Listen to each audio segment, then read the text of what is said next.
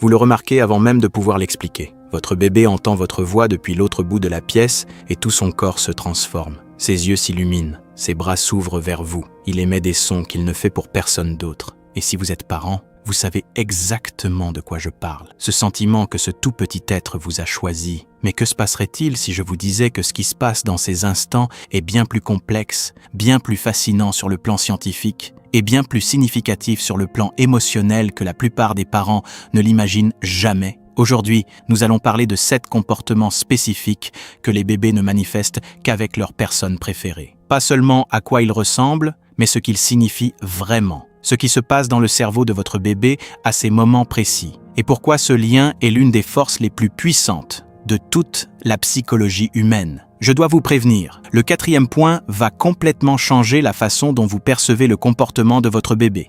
La plupart des parents l'interprètent de travers. Alors restez avec moi car à la fin de cette vidéo, vous ne ferez pas que mieux comprendre votre bébé. Vous le verrez différemment. Et honnêtement, vous vous verrez peut-être vous-même différemment aussi. Commençons par le tout début. Dès la naissance, le cerveau d'un bébé n'a qu'une seule priorité. Pas la nourriture, pas le sommeil, pas la chaleur, même si tout cela compte. La priorité numéro 1 de son cerveau, c'est de trouver sa personne, d'identifier un être humain dans ce monde écrasant, chaotique et sensoriel et de s'y ancrer. Les psychologues appellent cela l'attachement, mais ce mot ne rend pas justice à la réalité. Ce qui se passe ressemble davantage à un système biologique clé-serrure. Le cerveau de votre bébé scanne l'environnement, collecte des données et construit une carte intérieure de la sécurité. Et au centre de cette carte, un visage, une voix, une odeur, une personne. Cette personne devient ce que les chercheurs appellent la figure d'attachement principale. Et une fois que votre bébé l'a identifié, ce qui arrive plus vite que la plupart des gens ne le pensent, son comportement change de manière profondément précise et profondément intentionnelle. Même si votre bébé ne peut pas parler, ne peut pas marcher, ne peut pas se nourrir seul, il communique quelque chose de profond par ses actions. Et la plupart des parents n'en captent qu'environ la moitié. Alors changeons cela. Voici 7 comportements que les bébés ne manifestent qu'avec leur personne préférée, et ce qu'ils signifient vraiment. Le premier se produit si tôt que la plupart des parents le ratent complètement. Dans les premières semaines de vie, avant que votre bébé puisse sourire volontairement, avant qu'il puisse tenir sa tête, avant qu'il puisse presque quoi que ce soit, il vous observe déjà différemment de la façon dont il observe n'importe qui d'autre. Les chercheurs appellent cela l'attention visuelle préférentielle. Mais voici ce que cela signifie concrètement. Si vous portez votre bébé et qu'une autre personne le porte également, et que vous mesurez où vont ses yeux, combien de temps il soutient le regard, comment ses pupilles réagissent, les données sont sans équivoque. Les bébés se tournent vers le visage de leur figure d'attachement principale avec un niveau de concentration qu'ils n'accordent à personne d'autre. Et voici ce qui rend cela extraordinaire. La vision d'un nouveau-né est floue. Il ne voit clairement que les objets à environ 20 à 30 cm. Ce qui correspond presque exactement à la distance entre le visage d'un bébé et celui de la personne qui le tient pendant l'allaitement. Les scientifiques pensent que ce n'est pas une coïncidence. L'évolution aurait littéralement calibré la vision des nourrissons pour optimiser la reconnaissance du visage de la personne la plus susceptible de les maintenir en vie. Votre bébé ne fait pas que vous regarder, il vous étudie, vous mémorise, construit une carte neuronale de votre visage qui deviendra l'un des souvenirs les plus profondément encodés dans son cerveau. Mais voici la partie surprenante. Ce n'est pas seulement la vision. En quelques jours après la naissance, les bébés peuvent distinguer la voix de leur figure d'attachement principale parmi d'autres voix. Ils peuvent reconnaître l'odeur de leur figure d'attachement. Des chercheurs français ont découvert que les nouveau-nés se tournaient systématiquement vers un tissu porté contre la peau de leur mère, même sans le voir. Le cerveau d'un nouveau-né n'est pas passif. Il construit activement, avec urgence, une image de qui vous êtes. Et cette image devient le prisme à travers lequel il voit le monde. Ce qui nous amène au 2e comportement que les bébés ne manifestent qu'avec leur personne préférée. Celui-ci se produit constamment, tous les jours, et la plupart des parents n'ont pas de nom pour le désigner. Observez un bébé qui vient d'apprendre à s'asseoir. Placez-le dans une pièce avec sa personne préférée et quelques autres adultes. Maintenant, introduisez quelque chose de nouveau, un jouet qu'il n'a jamais vu, ou un inconnu qui entre, ou un bruit fort. Que fait le bébé ? Presque sans exception, il regarde sa personne. Il ne regarde pas le plafond. Il ne regarde pas au hasard autour de lui. Il regarde directement le visage de sa figure d'attachement principale. Les psychologues appellent cela la référenciation sociale. Et c'est l'un des comportements les plus discrètement puissants du développement humain précoce. Ce que fait votre bébé, en réalité, c'est utiliser votre visage comme un GPS émotionnel. Il lit votre expression pour comprendre ce qu'il doit ressentir face à ce qui vient de se passer. Si vous avez l'air calme et curieux, il se détend. Si vous semblez inquiet ou alarmé, sa réponse au stress s'active, même s'il n'en comprend pas la raison. Des chercheurs ont démontré cela brillamment avec ce qu'on appelle l'expérience de la falaise visuelle. Des bébés étaient replacés sur une surface qui semblait se dérober sous eux, comme un sol transparent au-dessus d'un précipice apparent. Les bébés étaient en sécurité, mais cela paraissait dangereux. Quand leur figure d'attachement avait l'air effrayée, presque aucun bébé ne traversait. Quand elles souriaient et les encourageaient, la plupart traversaient sans hésitation. Réfléchissez à cela un instant. Votre expression faciale calibre littéralement la perception de la réalité de votre bébé. Et voici ce qui est remarquable. Il ne fait cela qu'avec sa personne, pas avec des inconnus, pas avec des visages familiers qu'il a déjà vus. Il se tourne vers l'être humain spécifique qu'il a identifié comme son encre, parce que seul ce visage porte le poids de la vérité émotionnelle pour lui. Vous n'êtes pas seulement quelqu'un que votre bébé aime, vous êtes son instrument principal pour comprendre si le monde est sûr ou dangereux. Votre bébé ne comprend pas encore que vous allez revenir. La permanence de l'objet, la compréhension que les choses continuent d'exister quand elles sont hors de vue, est encore en cours de développement. Donc quand vous disparaissez, vous avez entièrement disparu du monde de votre bébé. Et cela change tout à la façon dont vous interprétez ses pleurs. Votre bébé ne manipule pas, il n'est pas gâté, il n'est pas en quête d'attention dans un sens négatif. Il active le seul système d'alarme que l'évolution lui a donné face à la menace la plus importante qu'il puisse percevoir, la perte de sa personne. L'intensité de cette protestation est le reflet direct de la solidité de l'attachement. Les bébés qui pleurent fort quand leur figure d'attachement principale part sont des bébés qui ont formé un lien fort et sain. Cette détresse n'est pas un problème, c'est la preuve de quelque chose de beau. Mais voici où cela devient encore plus intéressant. Des études montrent que la façon dont un parent répond à cette protestation, pas seulement une fois, mais de manière constante dans le temps, façonne littéralement l'architecture du système nerveux du bébé. Les parents qui répondent de manière fiable, qui reviennent et apaisent et régulent, ces bébés développent ce que les chercheurs appellent un attachement sécurisé. Et l'attachement sécurisé dans la petite enfance prédit la résilience émotionnelle, des relations saines, de bonnes performances scolaires et même des résultats de santé physique des décennies plus tard. Revenir auprès de votre bébé qui pleure ne le gâte pas. Cela construit les fondations neurologiques de tout ce qu'il deviendra. Parlons maintenant du 4e comportement, celui que je vous avais promis allait changer votre façon de voir les choses.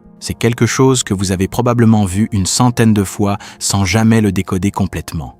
C'est le geste des bras tendus. Vous entrez dans une pièce, votre bébé vous voit et ses bras se lèvent, les deux, tendus vers vous avec tout ce qu'il a. Cela semble simple, cela semble évident. On dirait que votre bébé veut juste être porté. Mais ce qui est réellement encodé dans ce geste est quelque chose que les scientifiques ont étudié en profondeur. Et ce qu'ils ont découvert est stupéfiant. Le geste des bras tendus n'est pas un réflexe moteur aléatoire. C'est l'un des premiers et des plus sophistiqués signaux sociaux dans le développement humain. Quand un bébé tend les deux bras vers une personne spécifique, il ne manifeste pas seulement une préférence, mais la reconnaissance d'une capacité d'agir. Il comprend que vous êtes une personne qui peut agir en son nom. Il comprend que son signal peut provoquer un changement dans votre comportement. Il communique intentionnellement. Mais voici ce que la plupart des parents ratent complètement. Les bébés ne tendent pas les bras comme ça vers tout le monde.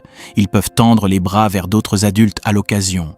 Mais le geste complet, les deux bras, tout le corps, urgent, avec les sons, le penchement vers l'avant, le contact visuel intense, c'est réservé, c'est exclusif. Et si vous faites attention, dans les prochains jours, à qui reçoit ce geste complet et qui en reçoit une version plus douce, vous aurez une fenêtre directe sur la façon dont votre bébé a cartographié son monde d'attachement. Il y a aussi une couche neurologique qui mérite d'être comprise. L'acte de tendre les bras est traité dans les mêmes régions du cerveau qui traitent le comportement orienté vers un but et le lien social. Quand votre bébé tend les bras vers vous, les circuits de récompense dans son cerveau anticipent déjà l'issue. Il ne réagit pas seulement, il prédit. Il s'attend à ce que vous tendre les bras résulte en connexion. Et cette attente est elle-même une forme profonde de confiance. Réfléchissez à cela. Votre bébé vous fait assez confiance pour que vous demandez fonctionne. Passons au 5e comportement, qui est profondément lié à quelque chose qui rend les humains uniques parmi tous les mammifères. L'imitation. Votre bébé vous observe, puis il fait ce que vous faites. Vous tirez la langue, il tire la langue. Vous ouvrez grand la bouche, il ouvre grand la bouche. Vous levez les sourcils, il lève les sourcils. Et la recherche sur ce sujet est véritablement stupéfiante. Le psychologue Andrew Meltzoff a mené des études dans les années 70 qui ont choqué la communauté scientifique.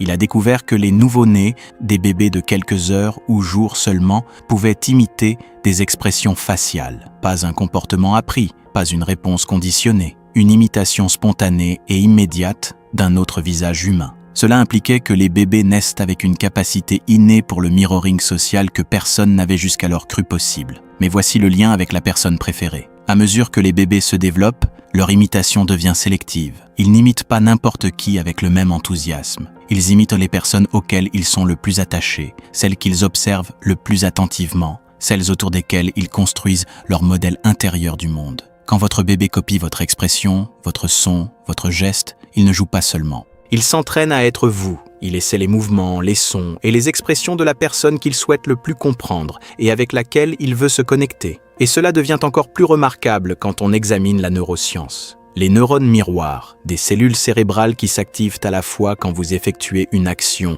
et quand vous regardez quelqu'un d'autre l'effectuer, sont considérés comme profondément impliqués dans l'imitation et l'empathie. Des recherches suggèrent que l'activité des neurones miroirs chez le nourrisson est amplifiée en réponse aux visages familiers, en particulier ceux des figures d'attachement principales. Votre bébé ne fait pas que vous regarder. Son cerveau vous répète, simule vos actions depuis l'intérieur. Chaque fois que votre bébé copie votre sourire, quelque chose dans son cerveau apprend ce que l'on ressent quand on sourit comme vous. Chaque fois qu'il imite votre son, il construit un modèle intérieur de votre monde émotionnel. Vous façonnez, dans le sens neurologique le plus littéral du terme, la personne que votre bébé est en train de devenir. Le sixième comportement est l'un qui semble simple en surface, mais quand vous comprenez ce qu'il motive, il devient l'un des plus profondément émouvants de cette liste. Se calmer plus vite. Quand quelque chose perturbe votre bébé, quand il pleure, a peur, est surexcité, a mal, et que c'est vous qui le tenez, lui parlez ou même apparaissez simplement dans son champ de vision, il cesse de pleurer plus vite, il se régule plus vite, sa respiration revient à la normale plus vite, son cortisol, l'hormone du stress, chute plus vite. Ce n'est pas de l'imagination, ce n'est pas des parents qui projettent. C'est un fait biologique, mesurable et documenté.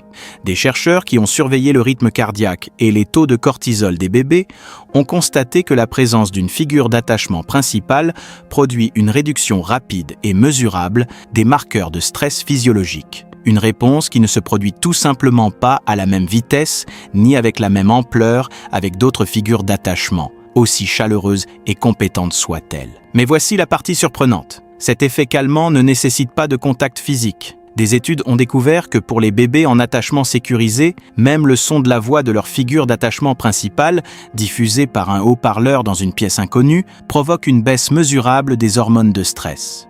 Votre voix seule est un tranquillisant biologique pour le système nerveux de votre bébé. Et voici ce que cela signifie à un niveau plus profond. Votre bébé ne se sent pas seulement plus en sécurité avec vous. Votre système nerveux et le sien sont devenus liés. Les scientifiques appellent cela la corégulation. Le calme dans votre corps communique directement à son corps.